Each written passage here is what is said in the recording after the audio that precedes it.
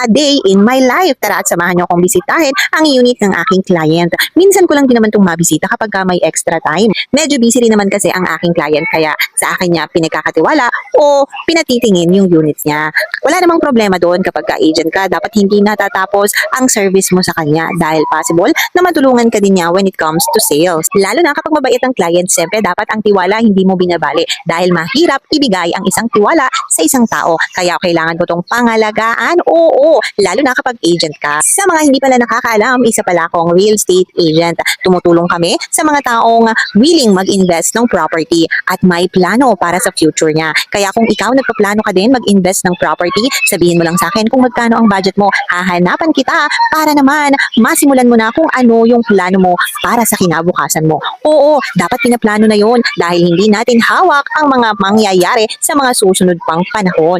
At kung ako ang magiging agent mo, aalagaan kita at mamahalin. Pero as a client lang, hindi na sa sobra syempre, masyado kang asyumera. Joke lang po. At kapag investor ka, dapat wise ka mamili ng agent. Dapat yung agent na pipiliin mo, yung sasamahan ka hanggang dulo, hanggang matapos mo yung dapat mong bayaran. Dahil si agent lang ang pwedeng makatulong sa'yo kapag may mga problem sa unit syempre. Hindi yung agent na kapag nireserve mo na ang unit, iiwan ka na. Nako, nakakadalayan. Kaya dapat piliin mong mabuti kung kanino ka bibili. Dapat yung katulad ko, pinuhat mo na naman yung sarili mong bangko, girl. Magiging isang team kasi kayo. Syempre, dapat magkaroon kayo ng magandang samahan between the client and the agent.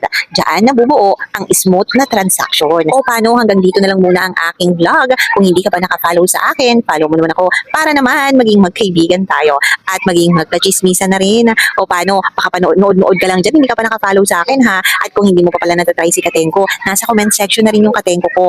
I-check out mo na lang dahil makakatulong talaga yan sa'yo kapag masama ang pakiramdam mo. Kung nakatulong siya sa akin, makakatulong din siya sa'yo. O paano, huwag mo kalimutang i-follow ako ha. Bye-bye for now at lagi kayong mag-iingat.